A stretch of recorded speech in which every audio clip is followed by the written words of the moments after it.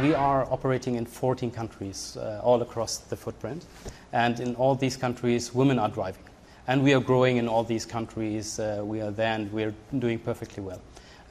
As for Saudi, we don't have concerns to get even smaller now after a lot of women are able to buy cars because number one, it is working out perfectly well in all other countries where women are allowed to drive. On the other hand, we believe that Saudi is a very specific society where maybe more than in other countries, women do want to drive with women. So we are opening up a whole new segment which was not using ride-hailing apps, who is now more into ride-hailing because of the increase of product market fit for this specific segment. So we are believing in a society which is becoming way more mobile, and with that, transportation need will increase. So in terms of how this is changing society, you've got women now able to drive, a lot of questions over how this is going to really transform the Saudi economy, bring more women into the workplace, and eventually create the opportunity where you have two-income households. Were you surprised at the pace of this change? The pace of change is not surprising us.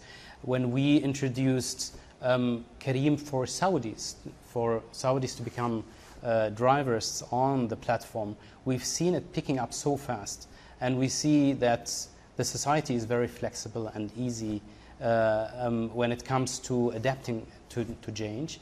And this is what we see as well now with that decree in specific. And after we announced, we've seen 2,000 women already registering for trainings to become a captaina. So what's the goal here? How many women would you like to have employed as captainas by the end of this year? Yeah. Careem ever since has the mission to increase the number of people who are having an income in our society. We believe that's the major shift you can do to a person in his life. And already today we are creating jobs, 60 to 70,000 jobs every month by just opening our platform for captains all across our 14 countries to come and to drive with us. And when it comes to captainas, our objective is to have 20,000 captainas by 2030. So that was the co-founder of the ride-sharing service Careem. Now, of course, they already have captainas, women drivers on the roads. Their closest regional rival, Uber, was looking to do the same. They're not quite there yet, but I think it's really important to point out what Abdulla was saying there to me. You know, this is such a massive change in the society. It can only make things easier for women in terms of getting to the workplace, because at the end of the day, over the last several years in particular, those ride-sharing services have really changed the game for most women who couldn't potentially afford a driver. So this has not only been game-changing for them in terms of the ride-sharing economy and the sharing economy, but it's also meant that people here in Saudi Arabia understand that there are opportunities and that there isn't such a social stigma that needs to be attached to women getting out of the home. Nancy?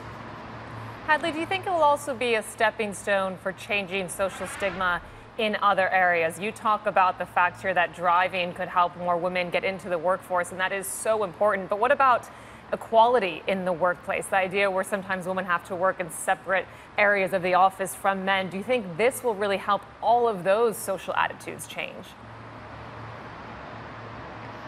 Oh, absolutely, Nancy, because it's interesting to note that women won't just be answering the service for other women who want to take a ride. They'll also be able, within the Careem and Uber apps, essentially to drive men if that's something that needs to be done. If the men call up the service, then they will be available to drive. And there hasn't been too much pushback, at least not yet, in terms of making that happen. Certainly the regulators here are allowing that to happen. I think it's also very interesting, of course, to note, I've been coming here for years now. This year was the first year that we had a Women in Business Forum. I was chairing that forum. It was really exciting to hear all of the ideas from so many young entrepreneurs and so many other women who have been in the workforce in Saudi Arabia quietly, really coming out and sharing their experiences. So this is something that's less in terms of the social stigma, that's becoming less so. And I think it's going to be interesting to watch over the next couple of years what happens next, because of course one of the main things that folks want to see changed here are those guardianship restrictions on women. And of course there's a lot of buzz that could happen sometime in the near future.